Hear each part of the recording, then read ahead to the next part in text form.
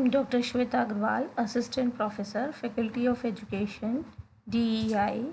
Here we will discuss what is concept of knowledge transformation and what is the nature of knowledge transformation. Because knowledge transformation is a primary step for effective knowledge acquisition and knowledge retention. Meaning of knowledge transformation: that knowledge transformation process is understood as a set of descriptions or a collection of facts and rules to be transferred to the learner through them internalizing them as social construction. The process of changing the form of the knowledge constructed in the source context to a form that is usable in the target context. देखिए knowledge transfer हो रही है. Knowledge transfer का meaning है कि देखिए transfer क्या हो है, एक जगह से दूसरी जगह तक जाना. ट्रांसफॉर्मेशन का मीनिंग ही ये होता है हस्तांतरण, एक जगह से दूसरी जगह. तो एक्चुअली ट्रांसफॉर्मेशन में यहाँ क्या हो रहा है कि टीचर के पास से नॉलेज का स्टूडेंट्स के पास जाना नॉलेज ट्रांसफॉर्मेशन है. और ये ट्रांसफॉर्मेशन ये जितना इफ़ेक्टिव होगा उतना ही लर्नर को नॉलेज को एक्वायर करना इजी होगा, और एक्वायर करने के साथ उसको रिटेन करना भी, उसकी रिटेंशन पावर भी उतनी ही ईजी होगी. आप लोग नॉर्मली देखो, जो चीज़ हमने बहुत इफ़ेक्टिव मैनर में पढ़ी है ना, वो हमें आज भी याद रहती है और आज भी हम उसको वेरियस सिचुएशन में अप्लाई करने के योग होते हैं. तो नॉलेज का इफ़ेक्टिव ट्रांसफॉर्मेशन होने का मीनिंग है कि जो ट्रांसफ़र कर रहा है, जो सेंडर है, वो इस फॉर्मेट में नॉलेज को ट्रांसफॉर्म करे जो उसके लर्नर हैं उनकी साइकोलॉजी के अकॉर्डिंग हो, उनकी एज के अकॉर्डिंग हो, उनकी सिचुएशन के अकॉर्डिंग हो, उनकी यूजेबिलिटी, उनकी एबिलिटी, उनकी रिक्वायरमेंट, उनके सर्कमस्टांसेस, उसकी सिचुएशन, उनकी डिमांड, उनकी नीड, इसके अकॉर्डिंग जब हम कोई भी नॉलेज को ट्रांसफॉर्म करते हैं या ट्रांसफॉर्म करने में इन सब चीज़ों का ध्यान रखते हैं तो ऑटोमेटिकली नॉलेज ट्रांसफॉर्मेशन की इफेक्टिवनेस हाई होने की वजह से नॉलेज एक्विजिशन और नॉलेज रिटेंशन का परसेंटेज भी बढ़ जाता है. तो इसी तरीके से नॉलेज ट्रांसफॉर्मेशन का मीनिंग सिंपल हुआ कि जो ट्रांसफॉर्म करने वाला है यानी कि टीचर, सेंडर, वो उसका अपनी नॉलेज को, अपने कंटेंट को इतने इफ़ेक्टिव मैनर में ट्रांसफॉर्म करना, इतने अरेंज सिक्वेंशियल मैनर में ट्रांसफॉर्म करना कि नॉलेज एक्वायर करने वाले लर्नर को उस न्यू नॉलेज को एग्जिस्टिंग नॉलेज के साथ कोरिलेट करने में, उसे ऑर्गेनाइज करने में, उसे एक स्ट्रक्चरल रूप देने में परेशानी नहीं हो, उसको उसकी मेमोराइजेशन में कोई दिक्कत नहीं हो, यानी कि वो इजीली उसे शॉर्ट टर्म वर्किंग और लॉन्ग टर्म मेमोरी में ट्रांसफ़र कर सके, रिटेन कर सके, और फाइनल जब उसकी पर्टिकुलर सिचुएशन आए तो उसका यूज़ करते हुए उसको रिट्राइव कर सके. तो जब नॉलेज ट्रांसफॉर्मेशन इफेक्टिव होता है तो ऑटोमेटिकली नॉलेज एक्विजिशन और नॉलेज रिटेंशन की इफेक्टिवनेस इंक्रीज हो जाती है. Definition of knowledge transformation: according to Crow and Crow, the carryover of habits of thinking, feeling, or working of knowledge from one learning area to another is usually referred to as the transfer of knowledge. यानी कि transfer of knowledge में यदि वो transfer of knowledge effective होती है तो जो भी लर्नर है उसकी लर्निंग एरिया को एनहेंस करती है, उनकी कनेक्टिविटी को जोड़ती है, उनमें कोरिलेशन क्रिएट करती है, जिसकी वजह से न्यू आइडियाज़ जनरेट होते हैं, न्यू उस पर्टिकुलर कंटेंट से रिलेटेड फीलिंग इम्प्रूव होती है, और वो पर्टिकुलर नॉलेज उस पर्सन की शॉर्ट टर्म मेमोरी से वर्किंग मेमोरी में आने के चांसेस बढ़ जाते हैं, और साथ में ही वर्किंग मेमोरी में जब कोई चीज़ आ जाती है तो उसके ऑटोमेटिकली चांसेस एनहेंस हो जाते हैं कि वो लॉन्ग टर्म मेमोरी में जा सकती है. तो इस तरीके से यदि किसी सेंडर के द्वारा, टीचर के द्वारा नॉलेज ट्रांसफॉर्मेशन के इफेक्टिव मैनर को यूज़ किया जाता है तो ऑटोमेटिकली जो लर्नर होता है वो इफ़ेक्टिव मैनर में नॉलेज को एक्वायर कर पाता है, और नॉलेज को एक्वायर करने के साथ ही उसका रिटेंशन बढ़ जाता है, उससे रिलेटेड न्यू आइडियाज़ जनरेट होते हैं, उससे रिलेटेड इनोवेशंस कर सकता है वो, और नॉलेज की ट्रांसफॉर्मेशन के अकॉर्डिंग ही वो उस पर्टिकुलर लर्निंग को भी ट्रांसफॉर्म कर सकता है। लर्निंग ट्रांसफॉर्मेशन एक्चुअली क्या होता है कि एक सिचुएशन में सीखी हुई कोई भी कंटेंट, कोई भी कंसेप्ट उसका दूसरी सिचुएशन में अप्लाई कर सकना। तो जितना नॉलेज ट्रांसफॉर्मेशन इफेक्टिव होता है उतना ही लर्निंग ट्रांसफॉर्मेशन ईजी हो जाता है। अब जैसे हम एक सिंपल प्लस माइनस के सम्स का एग्जाम्पल लेते हैं कि एक टीचर ने नॉलेज ट्रांसफॉर्मेशन करते समय बहुत अच्छे तरीके से प्लस करना सिखाया, माइनस करना सिखाया, हिसाब लगाना सिखाया, इवन रिटन मैनर में ही नहीं वर्बली भी बच्चों को करना सिखाया। क्योंकि आप कहीं शॉपिंग करने जाते हो या कुछ मार्केट से कुछ भी खरीदने जा रहे हो तो आप हमेशा तो आपके पास पेन पेंसिल नहीं होगा, पेपर नहीं होगा, मोबाइल कैलकुलेटर ये नहीं होगा, तो आपको कैसे करना होगा, वर्बली करना होगा। हाँ, ये अलग बात है कि प्रेजेंट सिनेरियो में हम लोग ज़्यादा मोबाइल पर, इलेक्ट्रॉनिक्स आइटम्स पर डिपेंड हो गए हैं, लेकिन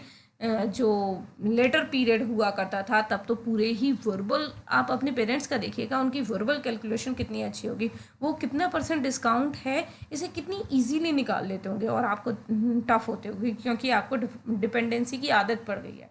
तो नॉलेज ट्रांसफॉर्मेशन यदि बहुत इफेक्टिव मैनर में दिया गया है तो ऑटोमेटिकली जो लर्नर है वो उस नॉलेज को इफेक्टिव मैनर में एक्वायर कर पाएगा, उसको ऑर्गेनाइज कर पाएगा, उसको याद रख पाएगा, और जिसकी वजह से वो उस लर्निंग को, उस कंटेंट को दूसरी अनदर सिचुएशन में इजीली अप्लाई कर पाएगा, ट्रांसफॉर्म कर पाएगा। यानी कि वो बच्चा मार्केट में जब जाएगा तो उस हिसाब लगाने में बहुत ज़्यादा परेशानी नहीं होगी, वो इजीली हिसाब लगाकर उसका यूज़ कर सकता है। According to Patterson, transfer is generalisation for it is the extension of idea to new field.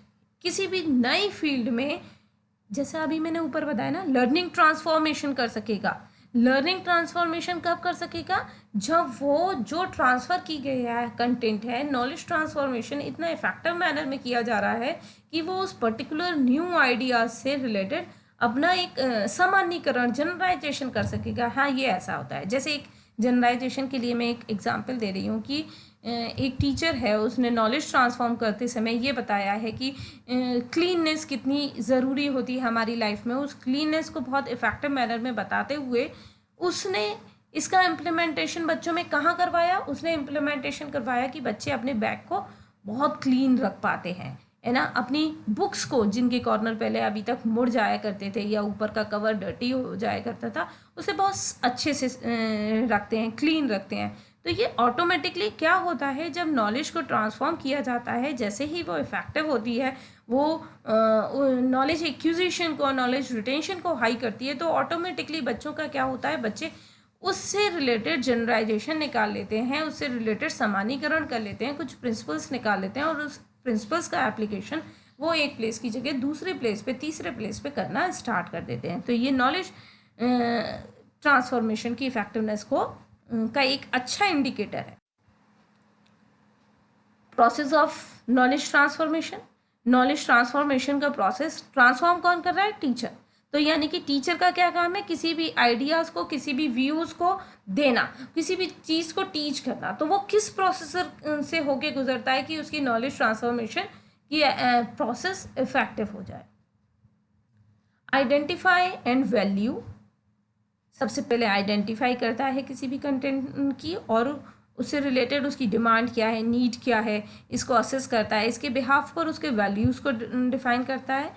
Validate and document, जो भी कंटेंट देना है, मतलब जब हमने सोसाइटी की नीड देख ली कि हाँ उनको मैथमेटिक्स की, उनको कैलकुलेशन की ज़रूरत है ना, और ज़रूरत कहाँ है, क्योंकि जब वो कहीं मार्केट में जाते हैं, 3 आवर्स की नॉलेज में एक ये मैंडेटरी कंपोनेंट होता है, तो उनको इस चीज़ की ज़रूरत पड़ती है। तो उसका इम्प्लीमेंटेशन कैसे किया जाना है, तो इस चीज़ को जानने के बाद अब इसकी वैलिडिटी, यानी कि मेरे को कौन सा कंटेंट ऐसा देना होगा, कौन सी एक्टिविटी ऐसी करवानी होगी जो वाकई में बच्चों को क्या करना सिखाए, ये कैलकुलेशन लगाना सिखाएं। वैलिडिटी का मीनिंग होता है कि जो कंटेंट जिस एस्पेक्ट्स या ऑब्जेक्टिव को कवर करने के लिए मैं डिलीवर कर रही हूँ, मैं ट्रांसफॉर्म कर रही हूँ, वो पर्टिकुलर कंटेंट उसी चीज़ को कन्वे करे। ऐसा नहीं हो कि मैं मैथमेटिक के कैलकुलेशन सिखा रही हूँ और मैंने क्या सिखा दिया, मैंने सिखाया तो कैलकुलेशन, लेकिन उनको इस टाइप की हैबिट डेवलप कर दी कि वो बिना पेपर पेंसिल के उस कैलकुलेशन को नहीं कर पाएंगे। मुझे वो कैलकुलेशन की हैबिट डेवलप करनी है कि जो मेरा पर्पस, मेरा ऑब्जेक्टिव कि वो मार्केट में जाके कैलकुलेशन कर सके, उससे फुलफिल करे। तो वैलिड होना चाहिए। अब वैलिड होने के बाद उसे डॉक्यूमेंट करते हैं कि हम क्या एक्टिविटी करवाएंगे, क्या कंटेंट देंगे और किस मेथड के थ्रू देंगे ताकि वो एप्लीकेबल हो, नॉलेज ट्रांसफॉर्मेशन को एनहेंस करे। अब ये डिसाइड करने के बाद क्या होता है, पब्लिश एंड शेयर। जो भी कंटेंट हमने बनाया है उसे स्टूडेंट को, लर्नर को प्रोवाइड किया जाता है, उन्हें पब्लिश किया जाता है, उन्हें शेयर किया जाता है।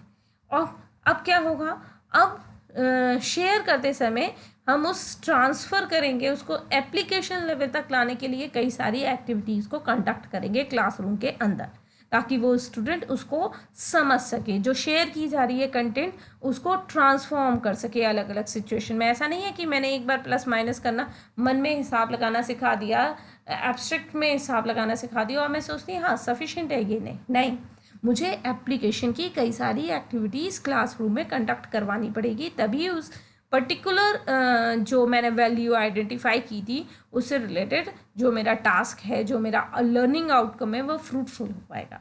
फिर इसके बाद लास्ट क्या होता है, लर्नर एंड कैप्चर, कि लर्नर ने अब जो मैंने एक्टिविटी करवाई, जो नीड आइडेंटिफाई की थी, उसके अकॉर्डिंग जो वैलिड कंटेंट मैंने डिसाइड किया, उसे जिस तरीके से मैंने शेयर किया, और शेयर करने में जो क्लासरूम में मैंने ट्रांसफॉर्मेशन की एक्टिविटीज़ कंडक्ट कराई और एप्लीकेशन के मोड्स या अलग अलग एग्जाम्पल मैंने अप्लाई किए, उसको उस लर्नर ने कितना कैप्चर किया, वही कैप्चराइजेशन था ना, नॉलेज रिटेंशन।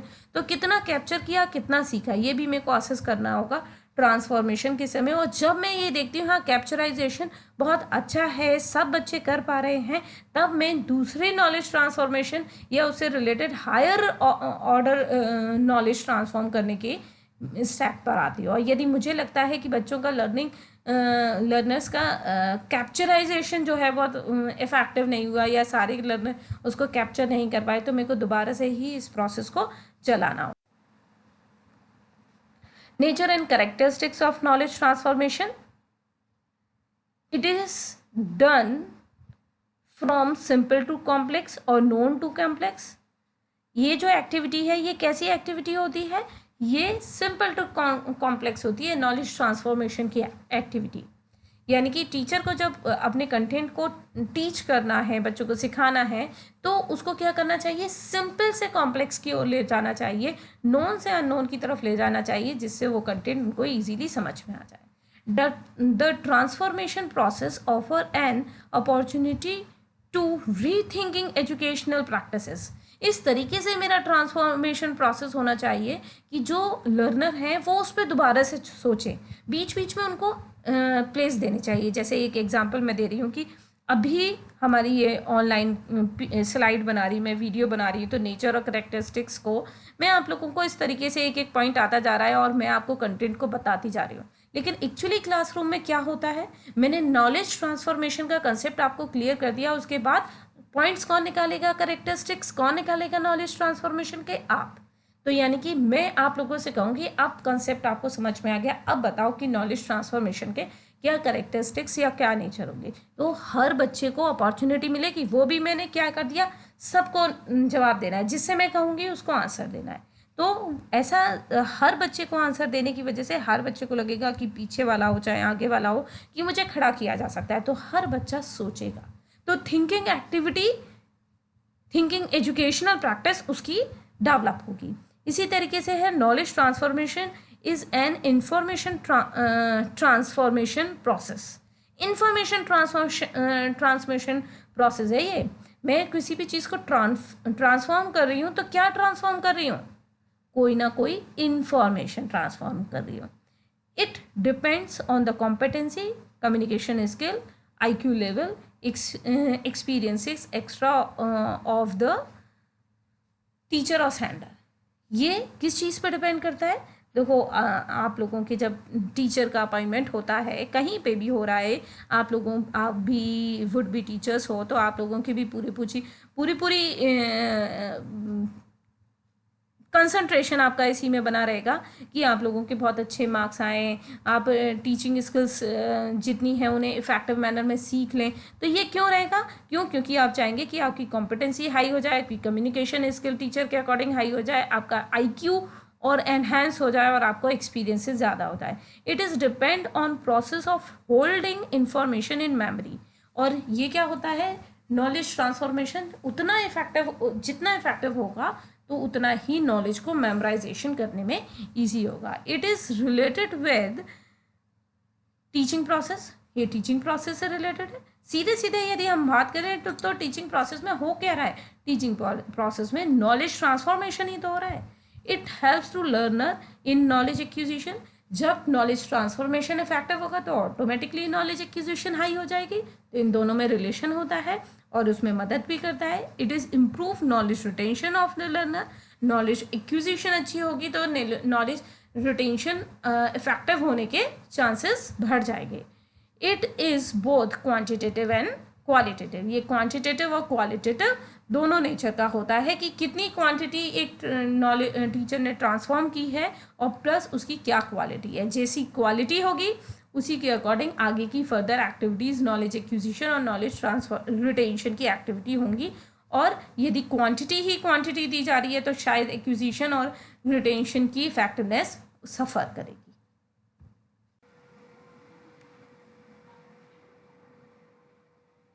अब कुछ करेक्टरिस्टिक्स और हैं।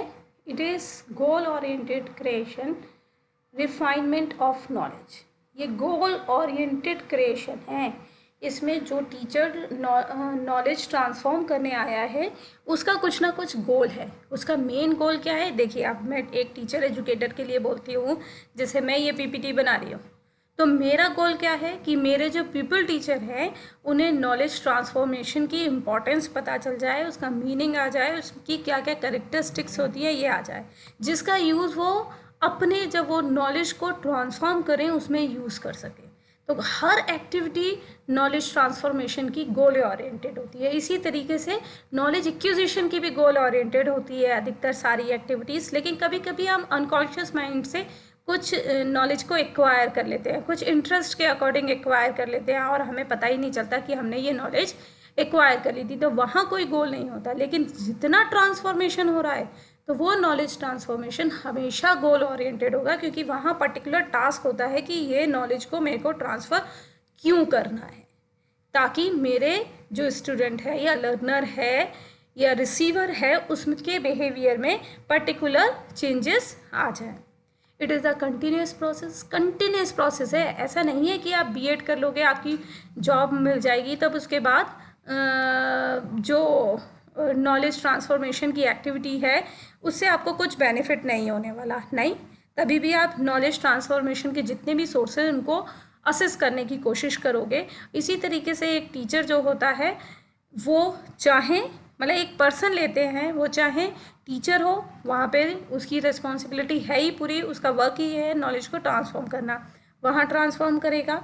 उसका दूसरा रोल, वो पेरेंट है तो वहाँ नॉलेज ट्रांसफॉर्म करेगा।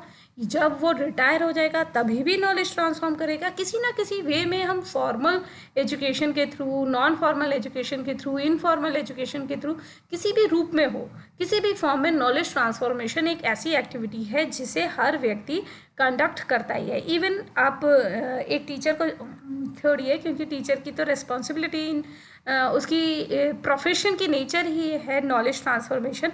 हम किसी दूसरे प्रोफेशन को लेते हैं, हम लेते हैं एक डॉक्टर, वो भी तो नॉलेज ट्रांसफॉर्म कर रहा है। आप जितनी बार उस पर जाइए वो पहले पूछेगा आपका डेली रूटीन क्या है, आपके कैसे रहते हो, क्या खाते हो जिसकी वजह से ये बीमारी हुई, आपने क्या किया था, आपकी हिस्ट्री पूछेगा। तो वो क्या है, वो जो पूछना है और फिर उसके बाद आपको नॉलेज देगा कि नहीं, आपको अपने रूटीन में ये चेंज करने चाहिए, ऐसे एक्टिविटी करनी चाहिए, इस डाइट को इन्वॉल्व करना चाहिए, इसको इंक्लूड नहीं करना चाहिए। तो ये क्या है, ये भी तो नॉलेज ट्रांसफॉर्मेशन है। तो किसी भी कंडीशन में, कोई भी ऑक्यूपेशन, कोई भी एजुकेशनल एस्पेक्ट हो, लेकिन knowledge transformation activity continuous process होती है, वो लगातार चलती रहती है। अब जिस तरीके से हमने कहा कि ये कंटिन्यूस प्रोसेस है, इसी तरीके से ये एंटायर लाइफ टाइम स्प्रेड होती रहती है। मतलब हम यदि ये माने कि अभी जो मैंने एग्जाम्पल दिए उसमें क्या आ रहा था, जितने भी एल्डर के एग्जाम्पल दिए कि वो हमें नॉलेज को ट्रांसफॉर्म करने का काम करते हैं, लेकिन हाँ, क्या स्टूडेंट या ये चाइल्डहुड इसमें नॉलेज ट्रांसफॉर्म नहीं करते हैं? इसमें भी करते हैं। आप देखिए, आप यदि अपने घर में एल्डर ब्रदर और सिस्टर है तो आप क्या करोगे, आप अपने यंगर को नॉलेज ट्रांसफॉर्म करोगे, इवन आप अपने बड़ों को भी ट्रांसफॉर्म कर सकते हो। अब जैसे आईसीटी की नॉलेज है, कैसे कंप्यूटर एक्सेस करना है, किस तरीके से मोबाइल चलाना है, कई सारे ऐप्स हैं, वो छोटे लोगों को ज़्यादा पता है, वो चाइल्डहुड स्टेज के लोगों को और एडोलेसेंट स्टेज के लोगों को ज़्यादा पता है, तो वो अपने पेरेंट्स को गाइड करते हैं। तो नॉलेज ट्रांसफॉर्मेशन एंटायर लाइफ में काम आता है। मतलब ऐसा नहीं है कि अडल्ट हो जाएंगे तभी नॉलेज ट्रांसफॉर्म करने का काम हमारे ऊपर आएगा, नहीं, हम चाइल्डहुड में भी नॉलेज को ऑटोमेटिकली ट्रांसफॉर्म करते हैं। अब नेक्स्ट है, it is a life long process, इसीलिए इसे हम लाइफ लॉन्ग प्रोसेस कह सकते हैं। It is a continuous in nature और it is a universal in nature, universal है, सब जगह होती है और सब जितने भी लिविंग बीइंग हैं वो किसी ना किसी तरीके से हमें नॉलेज ट्रांसफॉर्म करते रहते हैं। इवन लिविंग बीइंग ही नॉलेज ट्रांसफॉर्म करने का काम ही नहीं करते, नॉन लिविंग थिंग से भी कई बार नॉलेज ऐसी ट्रांसफॉर्म होती है जिसका हम यूटिलाइजेशन वेरियस प्लेसेस पे कर सकते हैं। आप देखिए, एक नेचर है, नेचर की जितनी भी चीज़ें हैं, जैसे प्लांट्स हैं, उनसे हम लोग कई सारी चीज़ें सीख लेते हैं। प्लांट्स में कैसा होता है, जैसे कई सारी कहावतें होती हैं कि पेड़ अपना फल कभी भी नहीं खाता है, तो इसी तरीके से हमें भी सर्विंग की फीलिंग अपने अंदर रखनी चाहिए। लेकिन तो ये क्या है, ये नेचर से ली हमने नॉलेज, वो भी ट्रांसफॉर्म कर रहा है। पेड़ बोल तो नहीं रहा है आपसे, है ना, कुछ ट्री बोल के जाते हैं, नहीं बोलते, लेकिन उनकी एक्टिविटी, उनकी नेचर आपको नॉलेज दे रही है। इसी तरीके से बहुत सारी नॉन लिविंग थिंग्स होती हैं जिनसे हम नॉलेज गेन कर लेते हैं कि पॉइंटेड चीज़ हमें चुभती है। अब नॉन लिविंग थिंग में चलो हम ये लेते हैं, फायर, आग, है ना। जब मेरा हाथ किसी आग पे, फायर पे लग गया और जल गया, तो मैंने क्या सीखा कि जो फायर होती है उसमें हीट होती है और उसके कांटेक्ट में यदि मेरी स्किन आएगी तो मेरे टिश्यूज़, मेरी सेल्स इससे डैमेज हो सकती है और उससे मेरे को जलन होगी। तो ये नॉलेज मुझे मिली। अब ये नॉलेज किसने दी? नॉलेज दी फायर ने। फायर लिविंग थिंग है? नहीं, नॉन लिविंग थिंग है। तो it is a universal process है, डायनेमिक प्रोसेस। अभी जैसे हमने ऊपर कंटिन्यूस प्रोसेस और एंटायर लाइफ से रिलेटेड बोला है, इसी तरीके से ये डायनेमिक है, लगातार चलता रहता है, हर सिचुएशन में चलता रहता है। चाहे हम फॉर्मली एजुकेशन गेन कर रहे हैं या नहीं कर रहे हैं, हम हर सिचुएशन में, इवन आप रोड पे कॉलेज, अपने घर से कॉलेज आते हो तो भी आप कुछ ना कुछ नॉलेज, अलग अलग व्यक्ति अलग अलग एक्टिविटी करके आपको नॉलेज ट्रांसफॉर्म कर रहा है और उसे आप गेन कर रहे हो। It is a flexible in nature, flexibility है इसमें, ऐसा नहीं है। ये सब आप लोगों ने कई बार स्कूल्स में भी देखा होगा और कॉलेजेस में भी होता है कि सेम सब्जेक्ट अलग अलग टीचर पढ़ा रहे हैं तो उनको ट्रांसफॉर्म करने का उनका पैटर्न अलग होता है, उनका वे अलग होता है उसी एक ही कंसेप्ट को एक्सप्लेन करने का। तो ये इसमें फ्लैक्सिबिलिटी है, ऐसा रिजिडनेस नहीं है कि ए टीचर यदि कोई पर्टिकुलर चीज़ को इस टाइप से एक्सप्लेन कर रहा है तो बी को भी सेम एक्सप्लेन कर रहा है।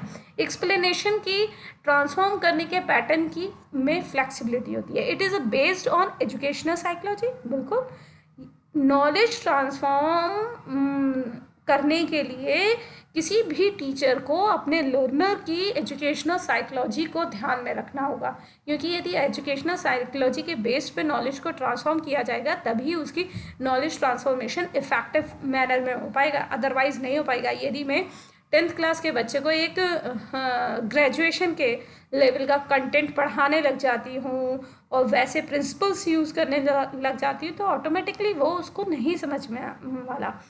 एक्चुअली एक छोटा सा एक एग्जांपल देना चाहूँगी कि हमारा ब्रेन होता है, तो ब्रेन में एक हमारा पोर्शन होता है अमाइडला। अमाइडला क्या होता है? ये इमोशनल कंट्रोल के काम आता है और इसका प्रॉपर डेवलपमेंट अडोलेसेंट कंप्लीट होने के बाद होता है। तो यदि मैं किसी बच्चे को एक क्रूशियल सिचुएशन में, उसको प्रॉब्लमेटिक सिचुएशन में उस प्रॉब्लम को सॉल्व करने के लिए कुछ एबिलिटी डेवलप कर रही हूँ, इंक्वायरी एबिलिटी डेवलप कर रही हूँ, और मैंने ये एक्टिविटी एक अडोलेसेंट पे कर दी, तो और मैं सोचती हूँ कि वो रिजल्ट कैसे देगा, अडल्ट की तरीके से देगा, यानी कि वो 21 साल के व्यक्ति की तरीके से एक 16 साल का बच्चा रिस्पॉन्स करे, तो ऐसा तो नहीं होगा। क्यों? क्योंकि मैंने एजुकेशनल साइकोलॉजी को बिना ध्यान में रखे हुए जो अडल्ट रिजल्ट देता वो एक एडोलेसेंट से एक्सपेक्ट कर दिया।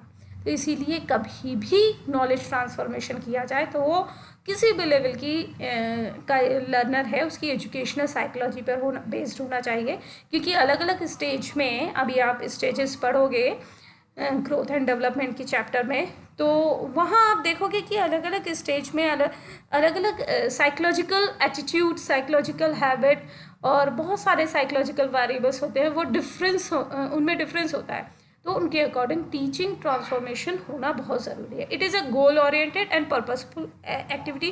गोल ओरिएंटेशन की बात हम पहले ऊपर कर चुके हैं, तो हम कह सकते हैं कि हाँ ये पर्पसफुल भी होती है, इसमें कोई ना कोई उद्देश्य होता है सेंडर को देने का। It is a changeable according to situation, facilities and demand और एक्सेट्रा।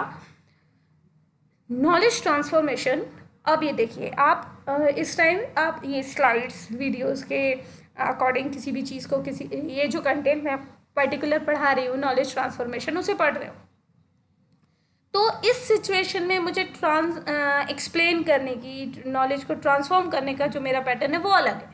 और जब आप किसी पर्टिकुलर क्लास में फेस टू फेस इंट्रैक्शन के साथ में आप इस चीज़ को समझ रहे होते हैं, नॉलेज एक्वायर कर रहे होते हैं, तब मेरा नॉलेज ट्रांसफॉर्मेशन का पैटर्न जो होता वो अलग होता। क्यों? क्योंकि सिचुएशन अलग होती, फैसिलिटीज़ अलग होती और डिमांड भी अलग होती। यहाँ पर मेरा ये वीडियो कौन सुनेगा? जिनको ज़्यादा रिक्वायरमेंट है, जिन्हें लग रहा है कि मुझे ये कंटेंट नहीं समझ में आया, या जिन्हें लग रहा है मेरा कि नेक्स्ट डे एग्ज़ाम है या मेरे को DHA फिल करना है, तो वो पढ़ेगा, यानी कि उसका मेन पर्पस होगा तभी पढ़ेगा। और जो बच्चे, बाकी क्या होगा, जो बच्चे नहीं पढ़ना चाह रहे वो तो PPT और ये वीडियो असेस नहीं करेंगे, लेकिन क्लासरूम में उन्हें पढ़ना पड़ेगा। क्यों? क्योंकि वहाँ पर एक बाउंडेशन है, एक फॉर्मल एनवायरनमेंट है, जिसकी वजह से उनको ये पढ़ना पड़ेगा। तो जो सिचुएशन है, फैसिलिटीज़ दी हुई हैं, फैसिलिटीज़ बाई चांस अभी आपकी इंटरनेट कनेक्टिविटी चली जाए तो आपकी आधी वीडियो डाउनलोड होगी, आधी छूट जाती है, तो आप उस फैसिलिटी से की वजह से वहाँ एजुकेशन से नॉलेज को जो ट्रांसफॉर्म हो रही है उसको एक्वायर करने में परेशानी महसूस करोगे। तो इसी तरीके से फैसिलिटीज़ और आपकी डिमांड, ये सब इफ़ेक्ट करती हैं आपके नॉलेज ट्रांसफॉर्मेशन और लर्नर के knowledge acquisition. Factors of knowledge transformation. अब कौन से ऐसे फैक्टर्स हैं जो नॉलेज ट्रांसफॉर्मेशन को इफेक्ट करते हैं? देखो, नॉलेज ट्रांसफॉर्मेशन से रिलेटेड जितने भी फैक्टर्स हैं, सबसे पहले तो ट्रांसफॉर्म कौन कर रहा है नॉलेज? टीचर। तो टीचर को इफेक्ट करेंगे, साथ में वही फैक्टर यदि लर्नर को इफेक्ट कर रहे हैं तो वो बन जाएंगे फैक्टर नॉलेज एक्विजिशन के फैक्टर, जो ऑलरेडी हम प्रीवियस वीडियोज़ में कर चुके हैं कि नॉलेज एक्विजिशन को कौन कौन से फैक्टर्स हैं जो इफेक्ट करते हैं, कि ऐसे फैक्टर्स होंगे तो पर्सनल फैक्टर और एनवायरमेंटल फैक्टर, तो उसकी नॉलेज एक्विजिशन लेवल हाई हो जाएगा और नॉलेज रिटेंशन लेवल हाई हो जाएगा। इसी तरीके से कुछ फैक्टर ऐसे हैं जो टीचर को जो सेंडर है उसको इफेक्ट करते हैं नॉलेज ट्रांसफॉर्म करने के समय। वो कौन कौन से हैं? देखिए, कई सारे इसमें फैक्टर्स दिए हुए हैं कि ऑब्जेक्टिव पर्पस है नॉलेज ट्रांसफॉर्मेशन का, और इनपुट है, इनपुट से रिलेटेड जो भी मॉडल यूज़ किया है वो नॉलेज ट्रांसफॉर्मेशन की इफेक्टिवनेस को इफेक्ट करेगा। एंटिसिपेटरी सेट जो डिसाइड किया गया है, इंडिपेंडेंट प्रैक्टिसेस जितनी भी हैं, गाइडेड प्रैक्टिसेस जितनी भी हैं, चेकिंग फॉर अंडरस्टैंडिंग से रिलेटेड जितनी भी प्रैक्टिसेस हैं, वो सब नॉलेज ट्रांसफॉर्मेशन से रिलेटेड फैक्टर्स हैं। इसी तरीके से क्या होता है कि कंटेंट नॉलेज, जो हमारा टीचर है या नॉलेज ट्रांसफॉर्म करने वाला ट्रांसफॉर्मेटर है, वो उसकी कंटेंट नॉलेज कितनी है, यानी कि कॉम्पिटेंसी कितनी है, पेडागोजिकल स्किल्स कितनी है। जो पेडागोजिकल स्किल्स आप लोग अभी नेक्स्ट सेमेस्टर में पढ़ोगे पेडागॉजीज ऑफ डिफरेंट सब्जेक्ट, जो सब्जेक्ट आप चूज़ करने वाले हैं, तो उसमें पेडागॉजीज में क्या पढ़ा जाता है कि जो टीचिंग मेथड क्या होते हैं, टीचिंग ऑब्जेक्टिव्स कौन से हैं, teaching ads, teaching techniques, curriculum कैसे डिसाइड किया जाता है, टीचिंग स्ट्रैटेजीज़ कैसे फॉर्म की जाती हैं, किस तरीके से एवेल्युएशन कंडक्ट किया जाता है, और यदि क्लासरूम में कोई पर्टिकुलर प्रॉब्लम आती है तो किस तरीके से उसको सॉल्व करते हैं, एक्शन रिसर्च से सीखेंगे। तो ये पेडागॉजिकल स्किल्स कैसी हैं एक ट्रांसफॉर्म करने के लिए जो टीचर टीचिंग कर रहा है या ट्रांसफॉर्म कर रहा है नॉलेज को, और उसको टेक्नोलॉजिकल नॉलेज कितनी है किसी भी कंटेंट से related. Technological knowledge basically teaching ads से रिलेटेड के कंसर्ट में ली गई है। तो यानी कि एक टीचर की खुद की कॉम्पिटेंसी, उसको कितनी सब्जेक्ट नॉलेज है ये इफेक्ट करेगी, उसकी पेडागॉजिकल स्किल्स इफेक्ट करेंगी, और उसकी टेक्निकल नॉलेज इफेक्ट करेगी।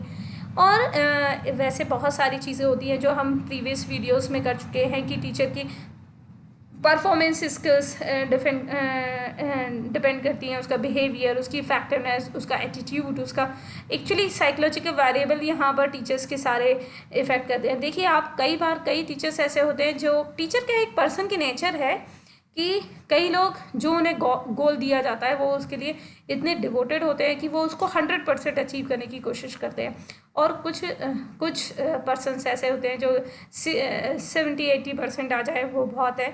स्टूडेंट्स की ये ह्यूमन नेचर होती है, और इसी तरीके से कुछ होते हैं 50% मार्क्स आ जाए उसमें ही सेटिस्फाई होते हैं।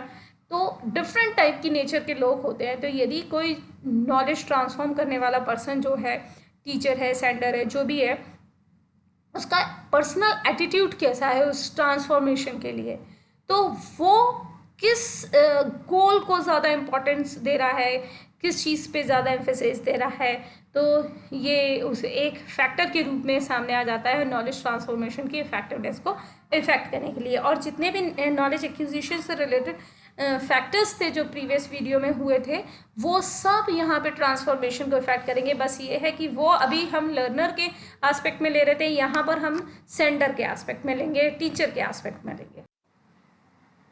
तो इस तरीके से आप लोगों को समझ में आया होगा कि नॉलेज ट्रांसफॉर्मेशन क्या होती है। नॉलेज ट्रांसफॉर्मेशन एक जगह से दूसरी जगह नॉलेज को ट्रांसफॉर्म करना, और ये जितना इफेक्टिव मैनर में किया जाएगा उतना ही नॉलेज एक्विजिशन की इफेक्टिवनेस बढ़ेगी, और नॉलेज एक्विजिशन की इफेक्टिवनेस बनने की वजह से एग्जिस्टिंग नॉलेज और न्यू नॉलेज में अच्छा कोरिलेशन होगा, अच्छी जनरलाइजेशन होगा, अच्छा स्ट्रक्चर फॉर्मेशन होगा, न्यू स्कीमा जो है नॉलेज के वो परफेक्ट और ऑर्गेनाइज्ड स्ट्रक्चर्ड मैनर में होंगे, जिसकी वजह से उसका मेमोराइजेशन की power, working memory, short term memory से वर्किंग मेमोरी, और वर्किंग मेमोरी से लॉन्ग टर्म मेमोरी में जाने के चांसेस ऑटोमेटिकली इम्प्रूव हो जाएंगे, एनहेंस हो जाएंगे, जिसकी वजह से रिट्राइवल जो है पर्टिकुलर सिचुएशन में जब उसका यूज़ करना होता है तो उसको याद करना होता है, वापस रिमाइंड करना होता है, तो वो रिट्राइवल इंक्रीज होगा, जिसकी वजह से नॉलेज रिटेंशन ऑटोमेटिकली हाई होगी। इसलिए किसी भी टीचर को, नॉलेज ट्रांसफॉर्मेटर को,